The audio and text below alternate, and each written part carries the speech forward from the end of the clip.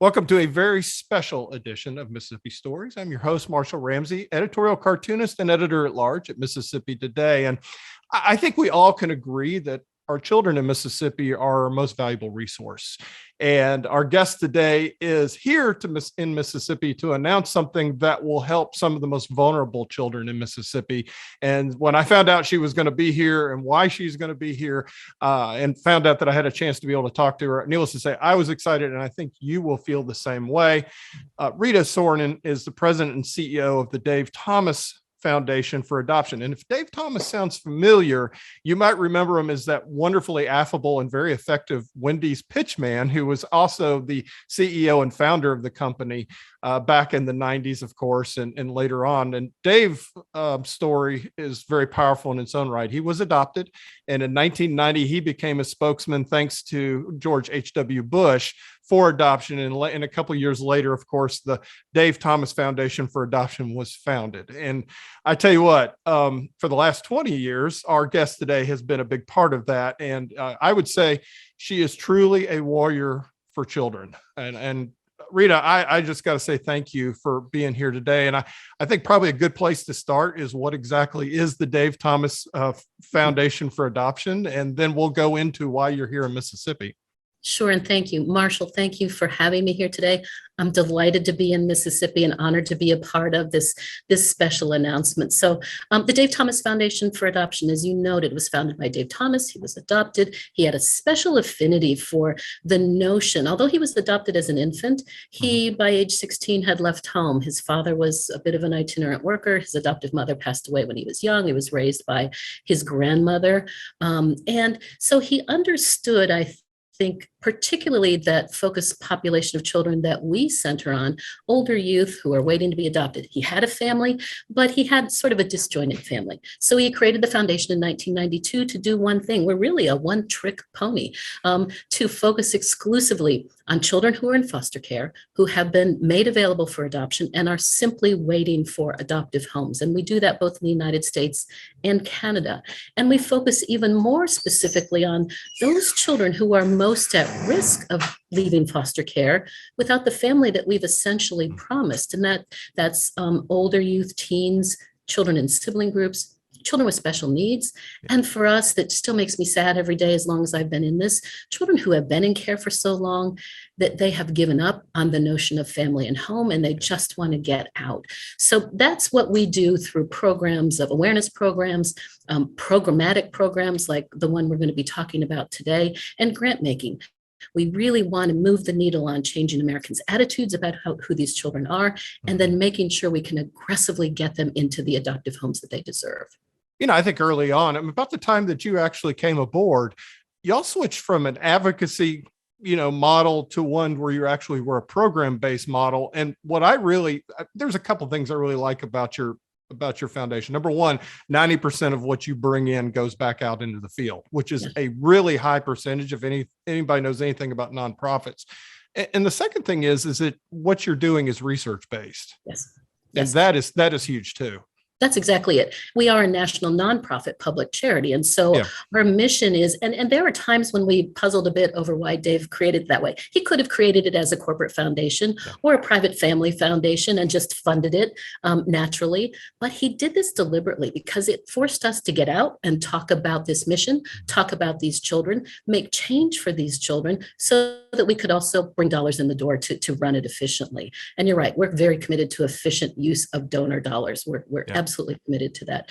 But you're right. Along about 2001, 2002, we were doing great awareness campaigns, and we were still pulling, even though Dave passed away very soon after I started this position, we were still pulling on that iconic image of Dave Thomas as the voice of children. But we realized we couldn't do that for a long, long period. So we had to both continue to elevate the legacy of Dave Thomas. Thomas family members still sit on our board, but we had to move from just awareness activities to action. How could we bring value to this conversation that's different than great public service announcements, social media campaigns, educational materials, which we all still do, but children continue to linger in care and age out of care. 20,000 children year over year over year leave the foster care system in this country without a family. So that's when we began to look at where could we apply some different kind of evidence-based programs to make sure these children have every shot at both a childhood and a thriving adulthood?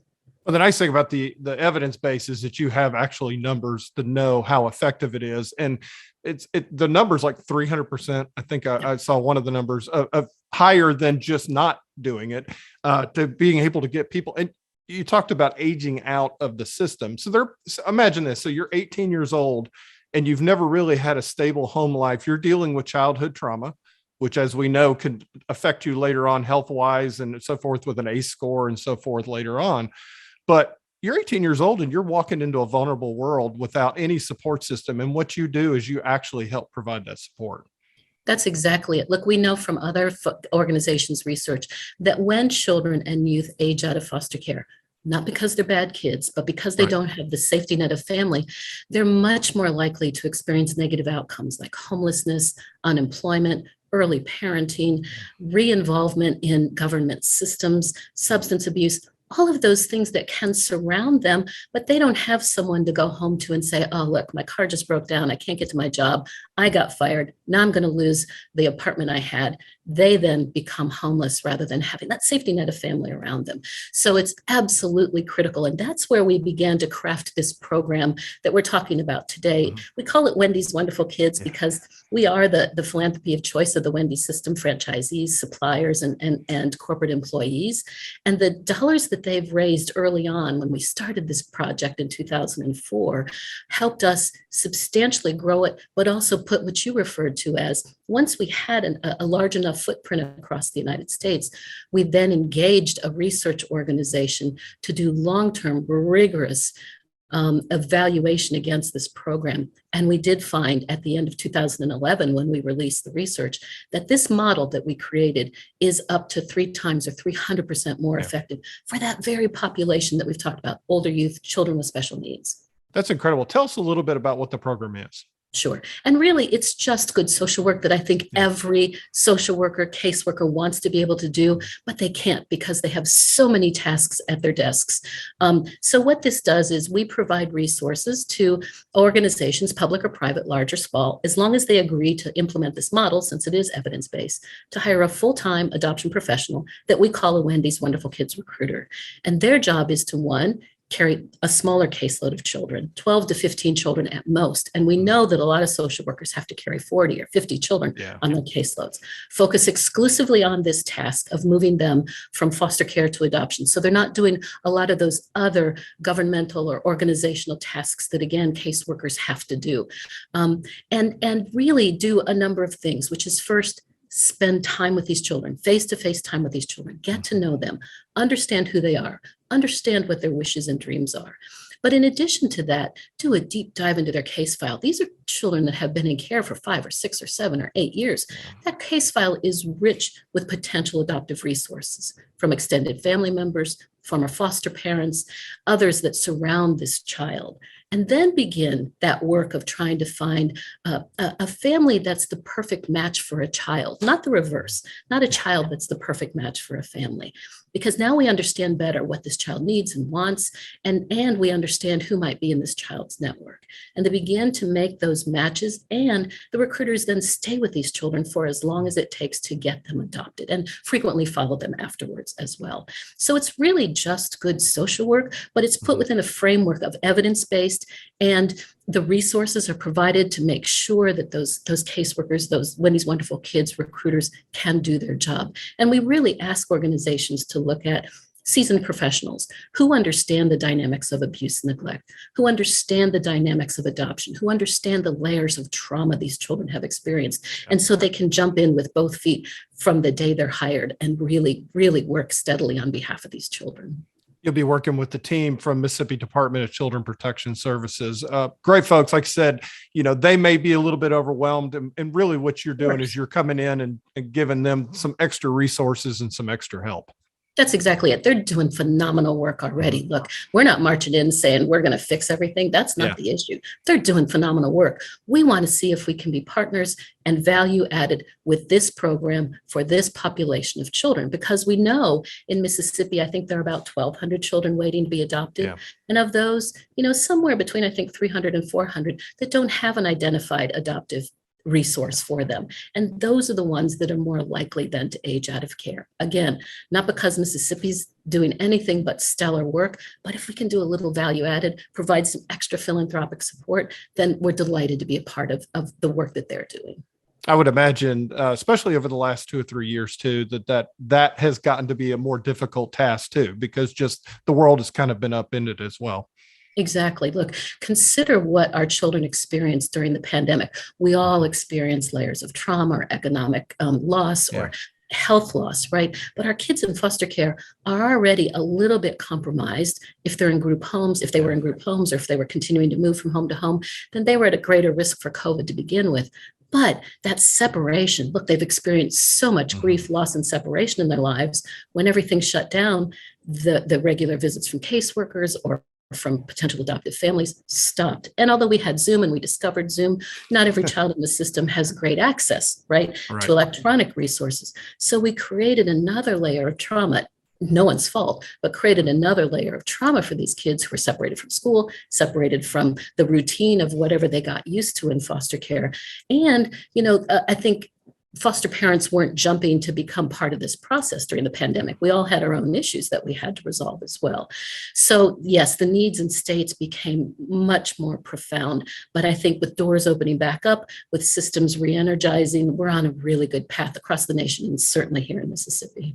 So that said, you being here today is very fortuitous and very well timed. How did this relationship happen? I mean, how did they reach out to you? Did you reach out to them? How did this partnership happen? So we've had a couple of Wendys Wonderful Kids recruiters, fluctuating numbers, 1 to 2, I think 1 now for the last few years, but we've been partnering with some private agencies in Mississippi since 2005. When we launched Wendys Wonderful Kids, we wanted to have a footprint in all 50 states. The challenge was we only had the resources to do 1 or 2 or 3 recruiters, even though the population could have deserved more.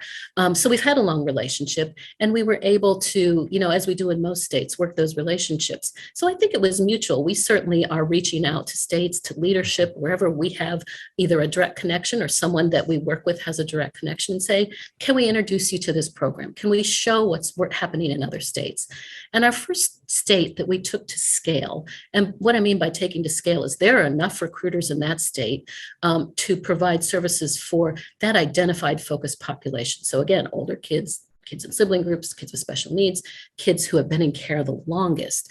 And we realized that in talking to Mississippi, that if we just could provide upfront philanthropic resources to help hire, and we don't hire them, the agency hires them, enough recruiters to cover that focused population of children, then over time, as we begin to reduce the number of children waiting in care, the state can take on more of those costs, because what we also see is a return on investment, that you get those kids out of expensive foster care and into adoptive homes, the state begins to see, oh, this is cost effective as well. The first level is it's human effective, but it's also cost effective. So we also have good conversations with budget directors to help them understand what this is all about. So I think, we may have reached out, but I think this was a very receptive state to thinking about this program and getting it in place.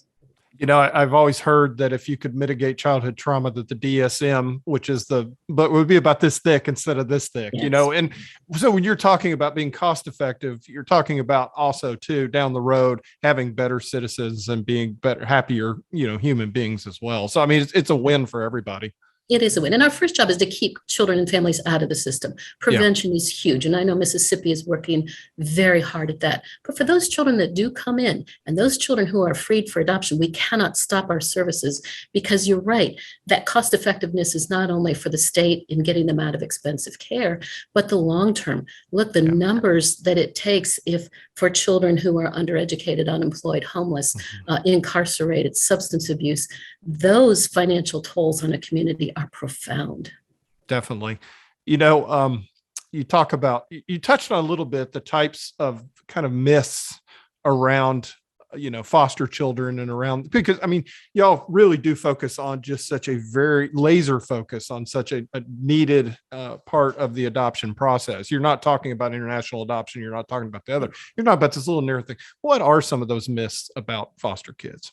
So every few years, we do a national survey of Americans' attitudes toward foster care adoption. We've seen some great upticks over the last few years that more people are considering adoption, even more people are considering foster care adoption. People feel pretty good about foster care adoption in general, but some striking myths are still prevalent in attitudes. And the top one, and the one that just scratches my soul, is that 50%, almost 51% of Americans believe that children are in care because they've done something wrong. And they actually use that word juvenile delinquent. In other words, they put cause on the child when we know the exact opposite is the case. They come into care through no fault of their own. They've been abused or neglected.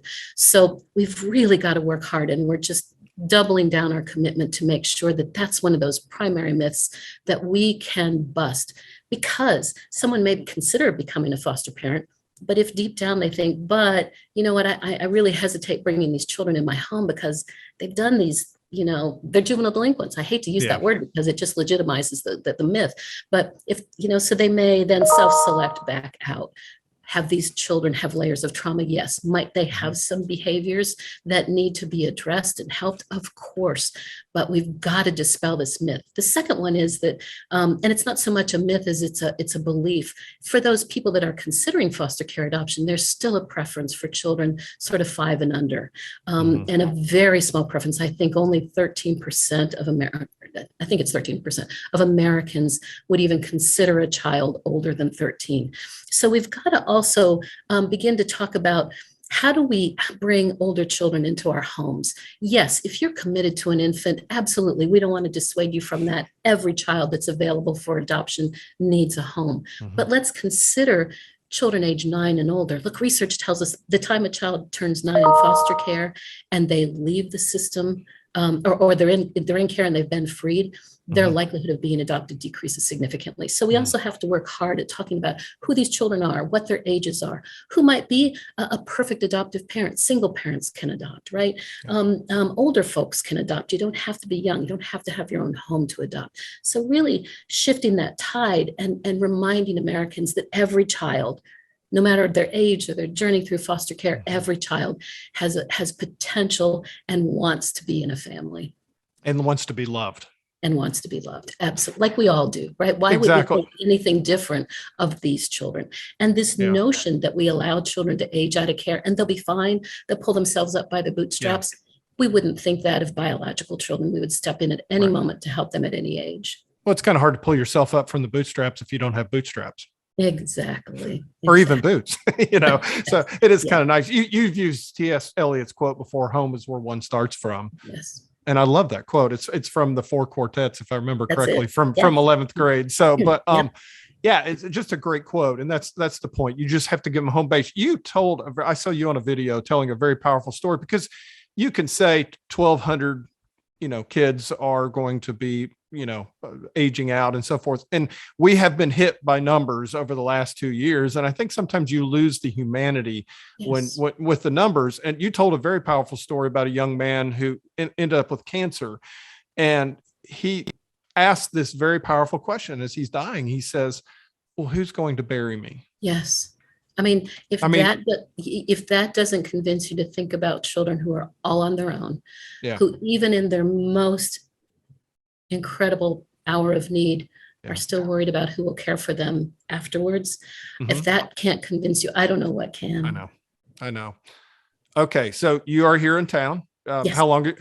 Now, obviously by the time this airs, you will already be back home, which is good, because it's always good to get back to your own bed. I understand how that works, but talk about a little bit about the announcement and when all this is going to get started and when it's going to be up to full effect and so forth. Sure. Well, we're announcing today, along with the governor, this new public-private partnership in which we will significantly increase the number of recruiters across the state of Mississippi to hopefully cover almost that entire population of children that need this intervention, that need this service.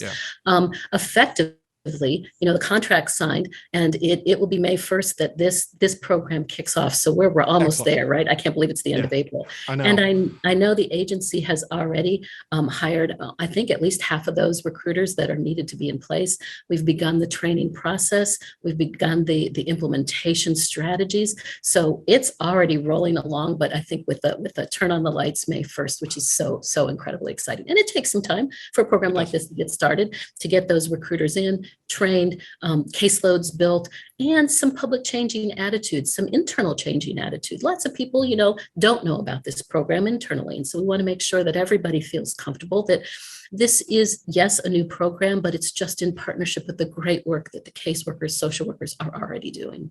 Where do you get the recruiters from? I mean, where do you find good recruiters? Yeah, absolutely. What we hope is that they're seasoned adoption professionals. Sometimes it's internal, and sometimes it's a reorganization of an existing position that makes it more effective. But other times it's we know that staffing issues are tough across the country right now, but there's some joy in this job, and that people that are committed to foster care adoption at a professional level get to see the benefit of their work fairly quickly, and every day they get to do very focused what they want to do. And so sometimes it's an easy recruit for people that are looking for positions in child welfare. So it can be internal, or external. How long is the contract for in Mississippi? Our current contract is for 5 years, which is phenomenal, because it takes 2 to 3 years to get a program up and running. I think Mississippi has already got it up and running almost, so I don't think it's going to take that long. But that provides that balanced time of shifting the onus of the cost of this program from the Dave Thomas Foundation for Adoption to the state, and they can figure out ways to find those resources, whether it's the general revenue, whether it's legislated funding, lots of funding streams from the feds and the state. And so that gives us time to work together to figure out where at the end of 5 years, and we'll always stay connected to it. We'll always have a foot in the game because we love staying as partners. So we'll always have a financial foot in the game. Our training, our performance management, our data management, even though we continue to evaluate and track and trend. So we have deep data management. So it is a true partnership. But yes, we're excited that it is a 5-year contract. I'm about to say, I've always joked, I've been here 25 years and I'm a newcomer. But I always joke that, people in Mississippi know you, they'll pay attention to you. So the 5 years gives you 5 years for people to really get to know you, but also too, it gives the recruiters a really great chance to get to know the children and their stories. And, and I was just thinking, sometimes it's as simple as finding a foster family that absolutely loved the child and would be willing to adopt. That's exactly that. We have an example of that today in our announcement. That's exactly what happened. So that, or extended family members, or, we had one example in another state where a young man kept talking to his recruiter about his best friend's family. He loved being with them. When the recruiter approached the best friend's family, they did not know he was available for adoption. It's not something kids talk about. Yeah. And they're like, of course we would consider adopting him. And at his point of adoption, when the judge asked this young man what's best about his adoption, he said, now my best friend is also my brother. So it's that kind of magic that the recruiters find by simply giving the time and the resources to do their job. I saw a comment on one of your Facebook pages and somebody very quickly corrected the person, but this isn't about breaking up families. This is about finding children that literally they're now emancipated and freed from their families and they need a home. That's exactly. And we've had some reunifications happen through this program. Yeah. Oh, that's we know cool. that sometimes kids come into care because their family just can't care for them for whatever reason. Yeah. But some years go by, and as the recruiter reaches out and finds this family is absolutely viable and safe and would love to have this child back. Yeah. So we've had a number of reunifications happen as well. That's huge. Let's talk about a little bit more about what the foundation does, because one of the things I loved about Dave Thomas was that like I said, he could pretty much sell ice to Eskimos. He just had this wonderful folksy charms. But one of the things he did was he picked up the phone and he called other CEOs and got them to change their benefits for their employees to allow families that are not necessarily put together by birth to be able to have the same kind of benefits. And that's one of the things that you also encourage too with the foundation, isn't it? That's right. We really carried on that legacy of just what you talked about. It seemed curious to him that as he was beginning to think more about this adoption effort, that companies would provide benefits that are to families that are formed through birth, but they didn't provide benefits to families that are formed through adoption. Understanding birth is a health issue, so of course Yeah. we want to, support that. Sure. But the reality is there are those same needs for time for bonding, financial assistance, if possible, with adoptive families. So he really did exactly that, picked up the phone, called his fellow CEOs and encouraged them. We carried on that legacy effort by creating the Adoption Friendly Workplace program, and then extended that by creating the 100 best adoption friendly workplace list, because we know companies love to be competitive and love to be on lists. And all it does is it says, if you can add paid leave over and above family medical leave if you're large enough, or paid leave if you're small enough that you don't have to comply with FMLA, or at least unpaid leave, acknowledge that need for flexible time off, and if you can, provide financial assistance to families that adopt. Now, this covers the whole breadth and depth of adoption, from international to domestic, infant to foster care, but we also encourage companies that if you are providing benefits and financial benefits, consider for those children who come under that category of special needs adoption from the foster care system. And again, that's a wide category. It's children who are older, children of color, children who have mental and physical needs. Then consider giving even more, because that family may need even more benefits. It's grown significantly. We've seen a real increase across the nation of companies that are providing benefits, because we know it's cost effective. We know it builds employee loyalty. It says that a company is family friendly. And we've seen now, again, in this time of staffing challenges, that if an employee has two options and one provides adoption benefits and the other doesn't, even if that family isn't considering adopting, it says a lot about who that company is and they make that choice. So we push that out. In fact, the list is opening up May 1st. Employers can go onto our website at davethomasfoundation.org, find that list. And all we ask is that they put in play, tell us what your benefits are, and then that qualifies you for mention on the list. Oh, that's great. Okay. So we've talked a lot about Dave Thomas's passion for adoption, and I highly recommend his book, Dave's Way, which came out in 1991, but it is a great read. I remember reading it right after graduating from college. What about your passion? Because you've been doing this for a while. You started out helping out kids. What literally lit your pilot light that got you to where you help kids? Yeah, and I've shared this a few times. Look, I was one of those kids that came out kicking and screaming, "That's not fair," when it had to do with kids. And my parents would say, "Oh, look, you'll understand when you're older." Well, you know what I felt at 10, I still feel at my age. It's just who I was, and particularly when it came to children. And I was on an entirely different path. I was an English major and then working on a master's in landscape working. And I haven't adopted. I'm not adopted, but I was working on a master's in landscape architecture when my first daughter was an infant. And this was in Columbus, Ohio. There was a horrible case of abuse where the infant passed away. I was primed for that. One, given just who I was as a person and who I was now as a new mother. And so immediately started volunteering with an organization that was then the Child Abuse Prevention Organization. And that put me on this sort of ad hoc path. I'm sure it was meant to be, but it wasn't what I had planned at the time, of learning all I could about abuse and neglect and the dynamics and how families fall into that, and issues of poverty, whatever it is. Got a full-time paid position there. And then that moved to a number of years later, an opportunity to become the executive director of the Court-Appointed Special Advocate Program, the CASA program in Columbus, that provides intervention services for kids who are involved in the foster care system and advocates for their best interests. And again, I was there nearly a decade, had no interest in leaving, but it was charismatically Columbus, Ohio, where the Dave Thomas Foundation for Adoption was located.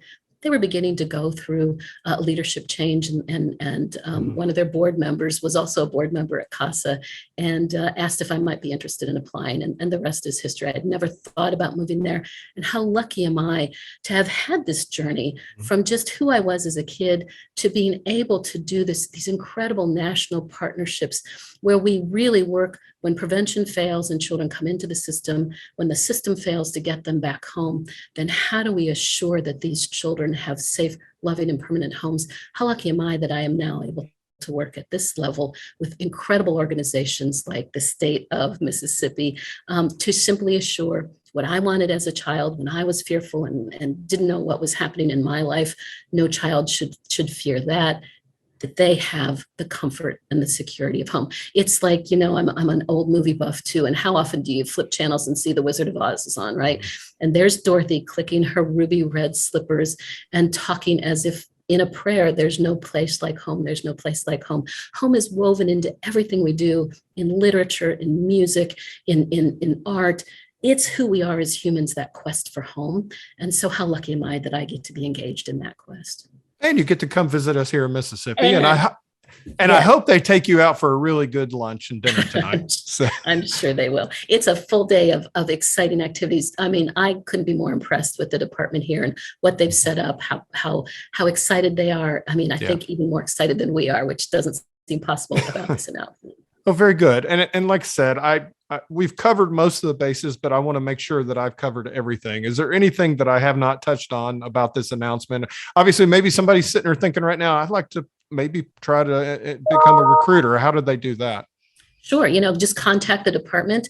I think they're still working on hiring some. So whatever that hiring process is, make sure they say, I know about this program. I've got these skills. I would love to be a part of it. For those people that are thinking about becoming a foster or adoptive parent, we always say, do a lot of research. You can find a lot of things with internet searches, but you can also get overwhelmed. So if they go to the davethomasfoundation.org, we've got a simple beginner's guide to adoption they can download, and it walks them through, what are the steps? What are the requirements? They differ from state to state, but they're all pretty much the same. There's also a map on there with the states that we work in, and we're in all 50 states, but we're scaled now in 14 states. So where those recruiters are located, they can look at that agency, and now it'll be the department, look at that agency and say, how do I start getting trained as a foster, perhaps to adoptive parent? Well, and like I said, you've got this wonderful research-based track record too of success also. Because sometimes I know, and we've had a few scandals here in Mississippi between public-private money getting mixed up and everything. But this is a very efficient way to be able to bring in extra help for people that are really trying to do good work. It is. It's accountable. It's evidence-based, and it's a partnership in the truest sense of the word. Yeah, definitely. Well, I know you have a very busy day today, and I am very grateful that you took the time to share a little bit about your passion, but about our passion about the kids of Mississippi as well. I'm so grateful to you. Thank you for that. I look forward to learning as much as I can as I continue to roam this state of Mississippi.